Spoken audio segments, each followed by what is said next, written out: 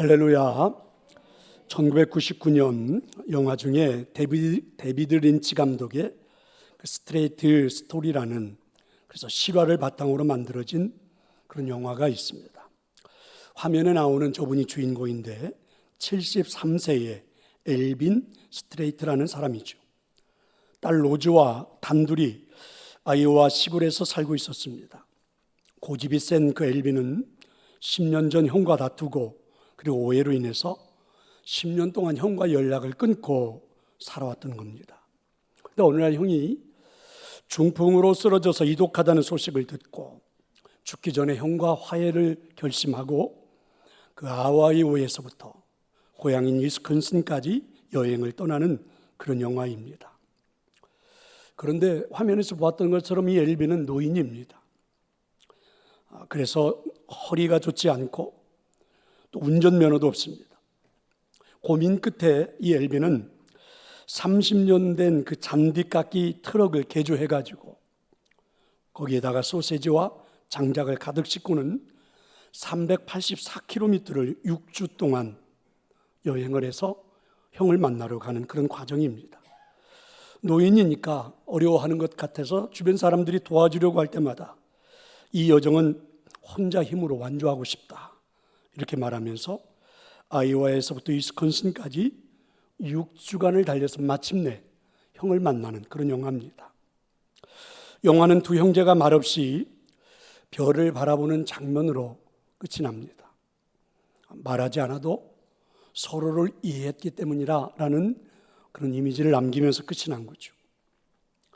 엘빈이 이 여정을 완주할 수 있었던 힘은 사랑이었습니다. 비록 오해로 연락을 끊고 10여 년을 살긴 했지만 엘빈의 마음속에는 형을 향한 그리움이, 사랑이 있었던 거죠. 그래서 더 늦기 전에 형을 찾아가서 형과 화해하고 그리고 손을 내밀며 사랑으로 마무리를 하고 싶었던 것입니다. 감동적인 장면을 그린 이 영화는 칸느 영화제에서는 황금 종려상, 아카데미 나무주연상을 수상하기도 했죠. 형제의 사랑이 그만큼 많은 분들에게도 감동을 주었다는 반증입니다. 성도 여러분, 이 세상에서 가장 낭만적인 단어가 있다면 사랑이라는 말이 아닐까? 사랑은 듣기만 해도 참 좋은 말입니다. 하지만 우리에게 사랑은 낭만이라고 말하기보다는 뭔가 그 이상의 것이 포함되어야 되지 않을까? 그러니까 사랑 그 이상의, 낭만 그 이상의 뭔가가 담겨져 있는 것이 사랑이 아닐까? 그럼 그게 무엇일까라는 것입니다. 자, 여러분 14절부터 이제 16절에서 한번 해답을 찾아보려고 하는데요. 같이 한번 우리 14절에서 16절의 말씀을 읽어봅시다. 우리는 형제를 사랑함으로 사망에서 옮겨 생명으로 들어간 줄을 알거니와 사랑하지 아니하는 자는 사망에 머물러 있느니라. 그 형제를 미워하는 자마다 살인하는 자니 살인하는 자마다 영생이 그 속에 거하지 아니하는 것을 너희가 아는 바라. 그가 우리를 위하여 목숨을 버리셨으니 우리가 이로써 사랑을 알고 우리도 형제들을 위하여 목숨을 버리는 것이 마땅하니라. 그렇습니다. 사랑은 낭만 그 이상의 것이죠. 근데 그게 뭐냐는 것입니다. 먼저 오늘 본문은 매우 특이합니다. 사랑이라는 말과 더불어 사망, 죽음이라는 말을 함께 혼합해서 사용하고 있다는 거죠. 사랑하지 아니하는 자는 어떻게 해요? 사망에 머물러 있느니라. 그러니까 사랑을 낭만이라고 말하기에는 조금 무거운 느낌이 든다는 거죠. 사랑하지 않으면 사망에 이르는 삶을 살 수 있다는 것이죠. 또 하나, 미움이라는 말과 더불어 살인한 말이 같이 나옵니다. 그 형제를 미워하는 자마다 살인하는 자니, 그렇습니다. 여러분, 사랑하지 않으면 자연스럽게 찾아오는 게 미움입니다. 그 미움이 내 마음속을 채우는 순간 언제든지 우리는 살인자가 될 수도 있다는 것이죠. 그래서 사랑이라는 말은 결코 낭만적이지 않습니다. 사랑이라는 말과 가장 어울리지 않을 것 같은 사망, 죽음, 어둠 이런 것들에 대한 단어들입니다. 그래서 사랑은 참 신비합니다. 사랑하기 때문에 우리가 목숨을 버릴 수 있는 사랑이 나오기도 하고, 사랑하지 않기 때문에 누군가를 미워해서 살인할 수 있다니 말입니다. 그러니까 사랑은 단순한 감정이 아니란 말이죠. 사랑을 그저 감정으로 표현하기에는 약하다는 것입니다. 낭만으로 말하기에도 약하다는 것입니다. 어떻게 말해야 돼요? 사랑은 생명과 연결이 되어 있다라는 것입니다. 예수님의 제자 중에 사도 요한이 있죠. 관찰력이 매우 풍부합니다. 옆에서 예수님을 곰곰이 예수님의 삶을, 생활을, 또 언어를, 모든 걸 지켜보았던 사도 요한은 끊임없이 사랑이라는 이야기를 주장합니다. 그러면서 사랑을 이야기할 때 사도 요한이 우리에게 오늘 이 본문에서 보여주었던 것은 무엇입니까? 하나님께서 우리를 사랑하셨다는 사실입니다. 믿으시기를 축원합니다. 하나님의 그 사랑은, 그 하나님이 가지고 있는 그 사랑은, 우리를 향한 그 사랑은 예수님을 이 땅에 보낸 거죠. 가장 낮은 자리로 오게 하신 것이죠. 그리고 하나님이 소유하고 있는 그 사랑, 우리에게 베풀었던 그 사랑은 기꺼이 십자가에서 자기 목숨을 던지는 것이었다.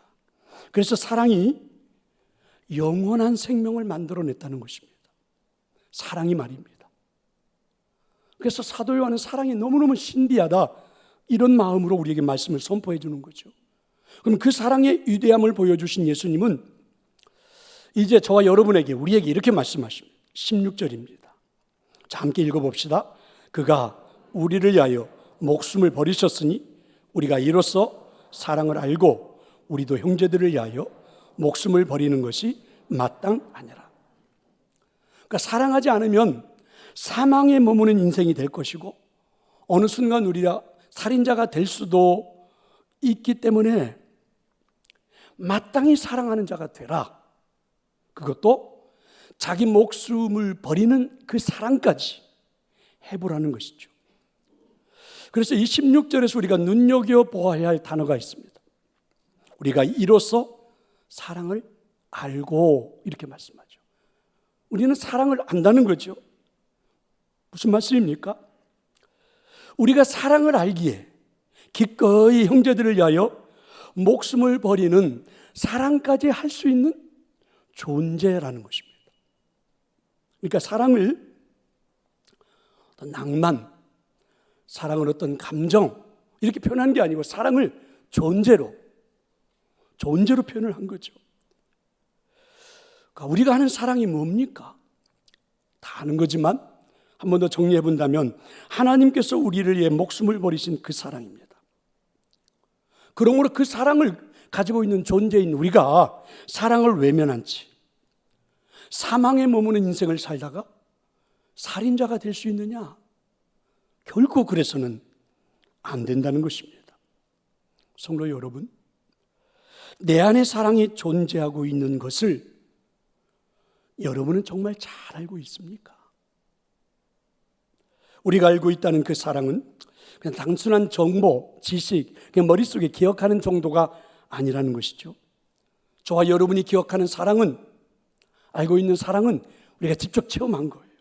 내가 죽음 직전에 있었을 때, 아니 죽었다고 생각했을 때, 아니 나 같은 놈이 어떻게 하나님의 자녀가 돼? 죄악으로 점철되어 있는 내 몸이 어떻게, 이렇게 모든 것을 그래서 체념했을 때 나를 대신해서 죽은 분이 계시죠. 그분, 그 희생 때문에 우리는 살아난 거죠. 그 사랑을 우리는 체험을 통해서 알게 된 겁니다.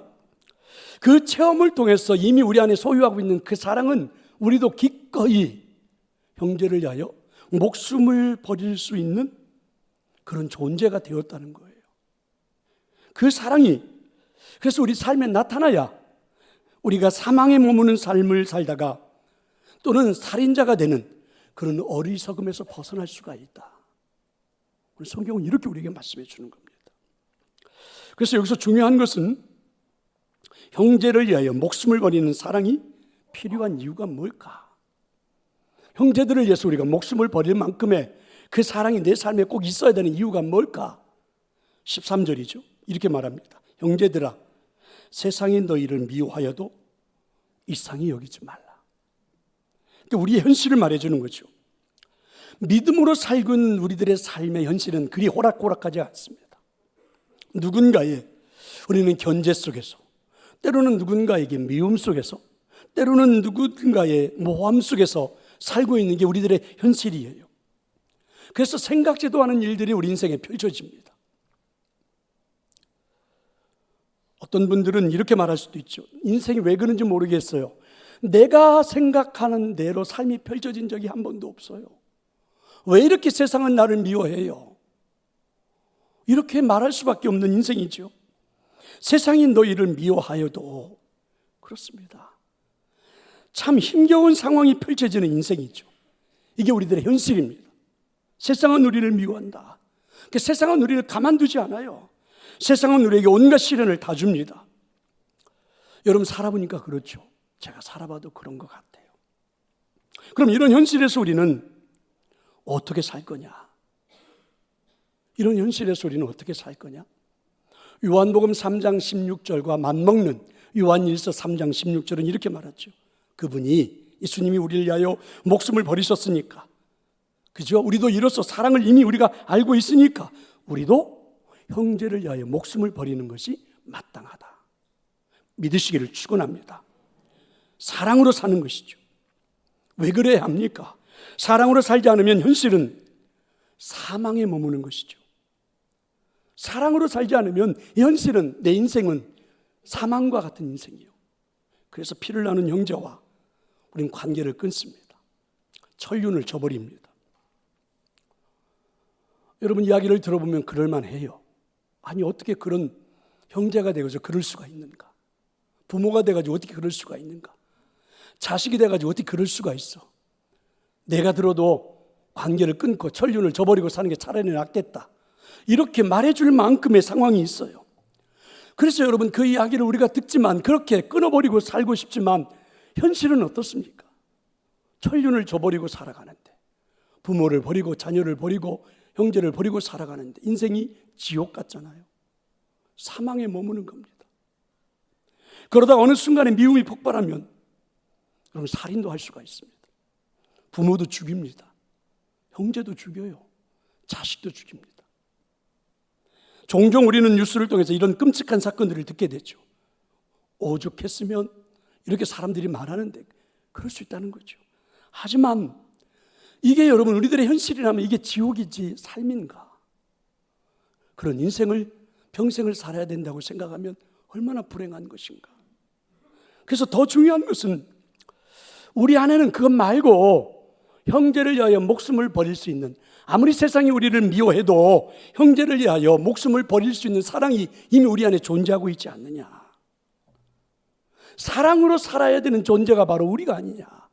이것을 우리는, 여러분은 어떻게 해요? 알고 있다는 겁니다. 믿으면 아멘 합시다.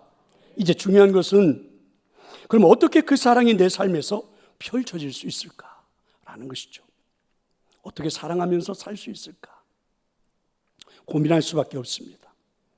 17절에서 19절은 이렇게 우리에게 권면해 줍니다. 자, 한번 읽어봅시다. 누가 이 세상의 재물을 가지고 형제의 궁핍함을 보고도 도와줄 마음을 닫으면 하나님의 사랑이 어찌 그 속에 거하겠느냐. 자녀들아, 우리가 말과 혀로만 사랑하지 말고 행함과 진실함으로 하자. 이로써 우리가 진리에 속한 줄을 알고 또 우리 마음을 주 앞에서 굳세게 하리니. 성도 여러분, 우리 안에는 이미 사랑이 존재하고 있다. 이렇게 이제 거듭 성경은 말씀하죠. 그것을 또한 우리는 알고도 있다는 거죠. 하지만 우리의 고민이 있습니다.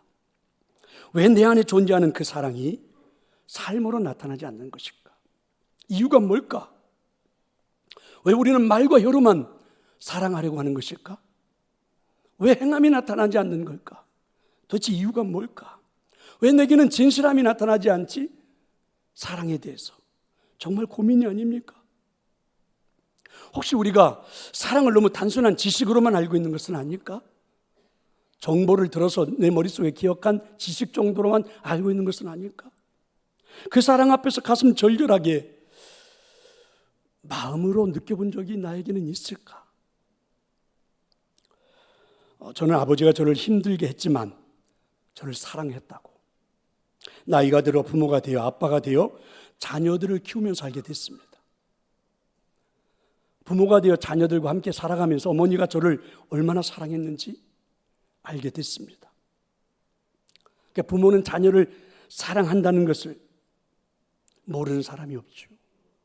부모는 기꺼이 목숨을 버려서라도 자녀를 사랑하고 있다는 것, 부모들이라면 다 알고 있습니다.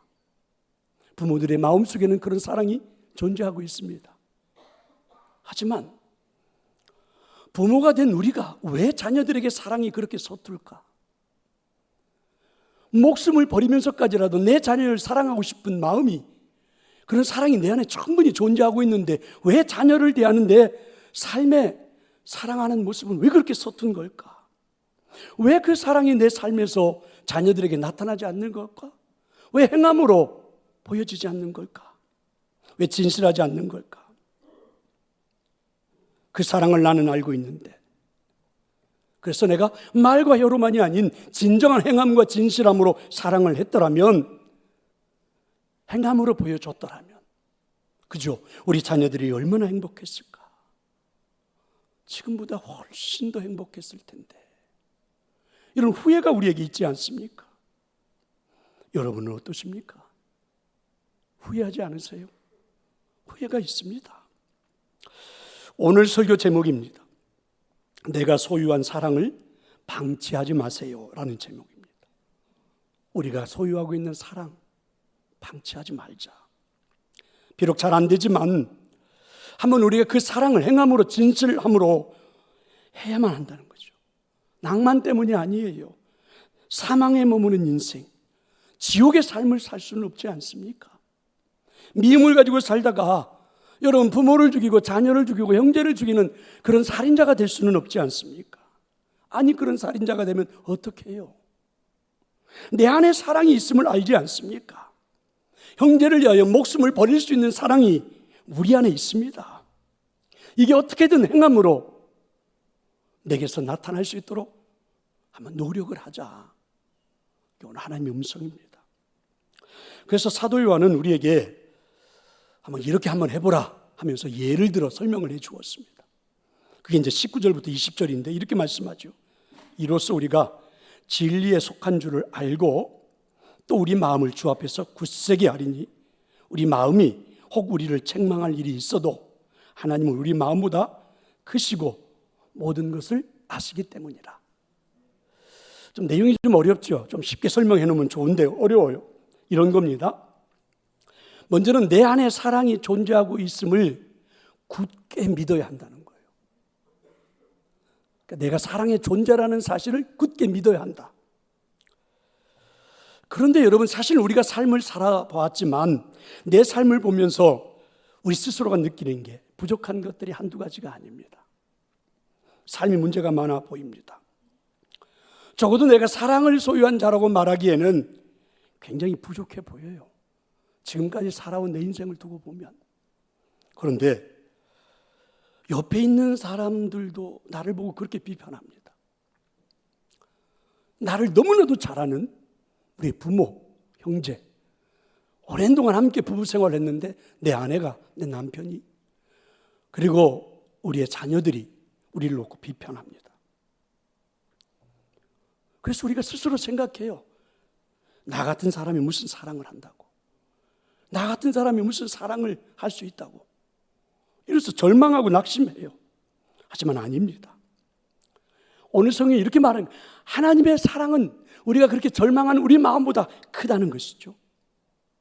우리를 너무 잘 알고 계시죠. 그래서 하나님은 그런 우리를 보고 비난하지 절대 않는다는 겁니다. 비록 과거에 살았던 삶이 엉망이었어도 지금 내가 행함으로 내 사랑을 누군가에게, 그게 여러분 내 자녀든 아내든 남편이든 부모든 형제든 펼쳐지고 있다면 하나님은 그 사랑을 진심으로 인정해 주신다는 거죠. 비록 나를 잘 알고 있는 사람들은 나에게 말할 테지요. 내 사랑을 비난할 겁니다. 의심도 할 거예요. 그 사랑이 뭐냐고 이렇게 말하기도 하겠죠. 하지만 하나님은 절대 그렇지 않다는 겁니다. 그러니까 오늘 성경이 이렇게 해요. 그런 하나님을 신뢰하고 지금까지 살아왔던 내 인생에 얽매이지 말고 한번 지금 사랑의 존재이니까 사랑의 말을 한번 던져보라. 사랑을 진짜 행함으로 한번 해보라. 사랑을 진짜 진실함으로 나타내보라. 그러면 하나님이 박수 쳐주시겠다. 믿으시기를 축원합니다. 그렇습니다. 나의 속 좁은 사랑을 보고 의기소침해하기보다는 하나님이 나를 보시는 마음이 훨씬 크고 넓고 기쁨을 믿으셔야 합니다. 하나님은 그렇게 나를 결코 대하지 않아요. 적어도 지금부터는 사랑 앞에서는 우리가 하나님을 믿고 시도해보자는 거예요. 자꾸만 못하겠다고, 하나님 나 그런 사랑 못해요, 이리 말하지 말고 하나님도 한번 해봐요 하면서 하나님을 설득하지도 말고 나는 안 된다고 낙담하지 말고 일단 한번 해보라는 거예요. 해보라는 거. 분명히 어떻게 해요? 달라질 것입니다. 믿으시기를 축원합니다. 하나님은 이렇게 이미 우리 안에 감동을 시켜주신 겁니다. 사랑할 수 있는 존재로. 설령 내가 부족했던 것을 가지고 그래서 주춤하지 않아도 돼요. 원래 나는 이렇게 못된 사람인데 내가 무슨 사랑을 한다고. 나의 사랑은 거짓일 거야. 아내가 믿어줄까? 남편이 믿어줄까? 자녀들이 이렇게 하면 비웃겠지, 이상하다고 말하겠지, 평소 하던 대로 해요 이렇게 말하겠지. 아니 하나님도 우습다고 나한테 말하지 않을까? 사람들은 나의 사랑을 결코 인정하지 않을 거야. 내가 지금은 또 베푸는 사랑에 대해서 절대 사람들은 이러면서 여러분 머뭇거리지 말자는 거예요.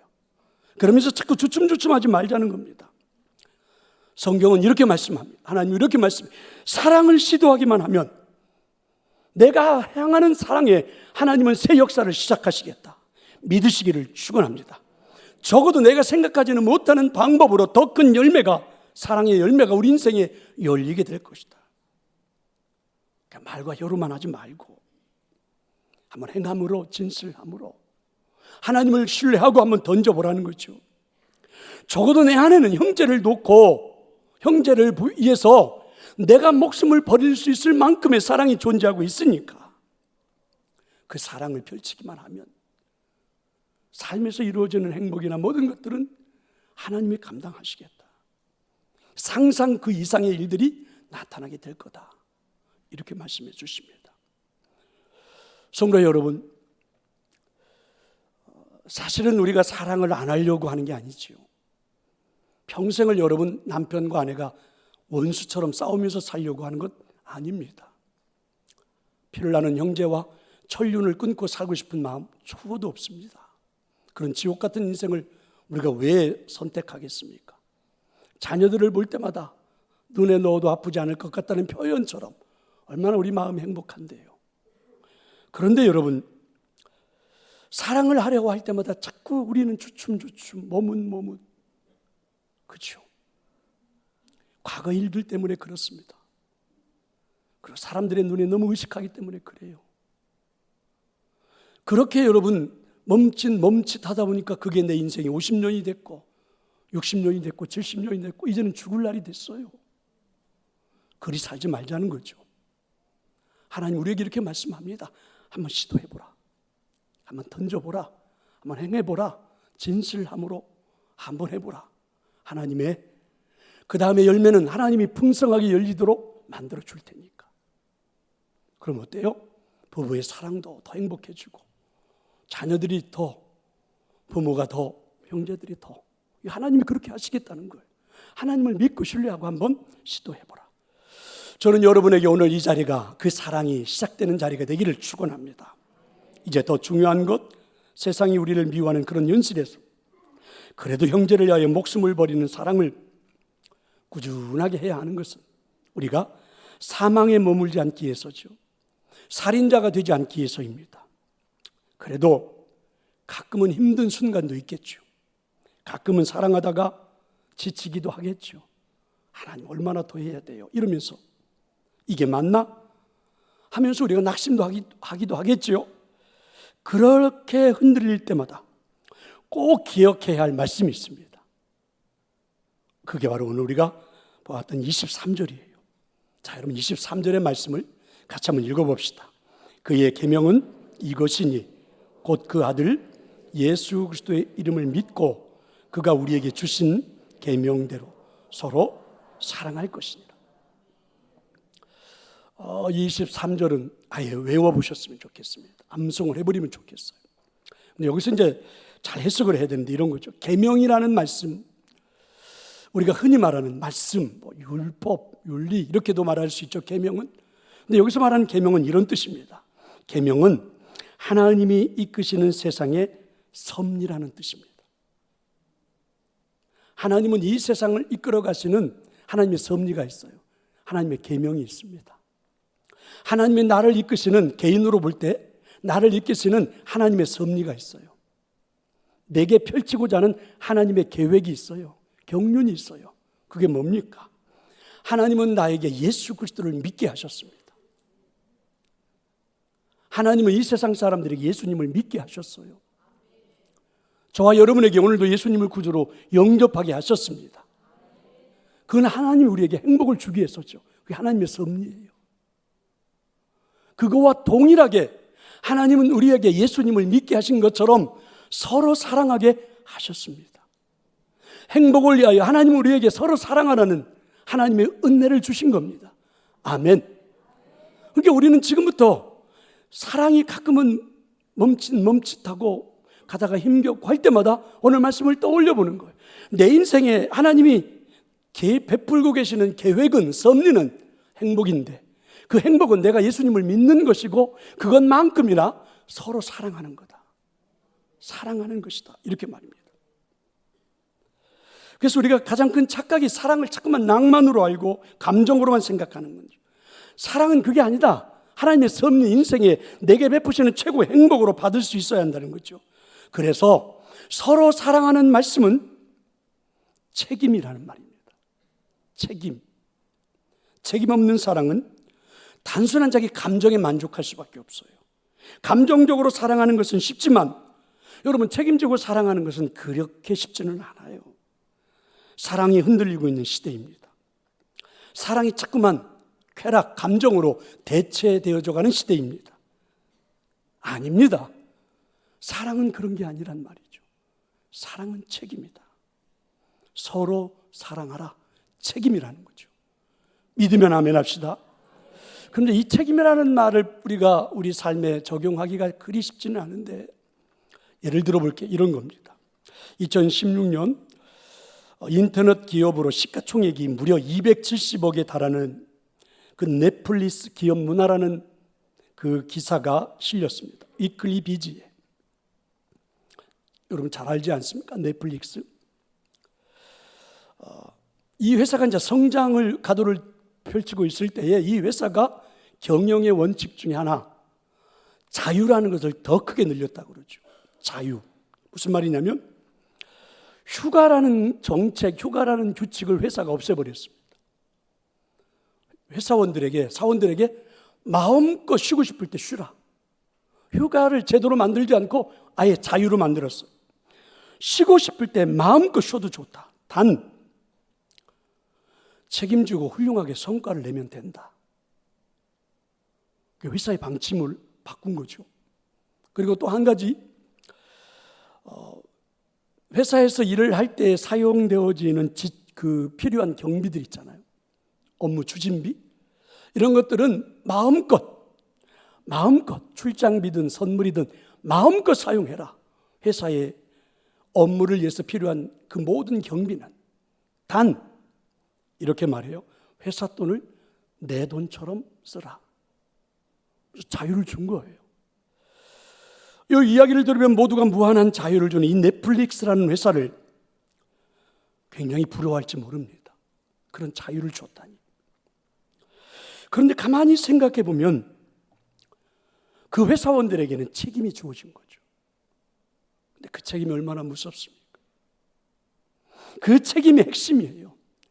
여러분, 2명의 일반적인 사원보다는 이렇게 책임성 있는 한 명의 사원이 있으면 훨씬 더 회사가 성장할 거다. 경영 방법을 바꾼 거죠. 그래서 책임을 지게 한 겁니다. 중요한 것은 그 회사에서 누리는 그래서 자유가 아니었습니다. 회사가 찾는 책임을 지는 회사원들이었죠. 그렇게 회사가 성장했다는 것입니다.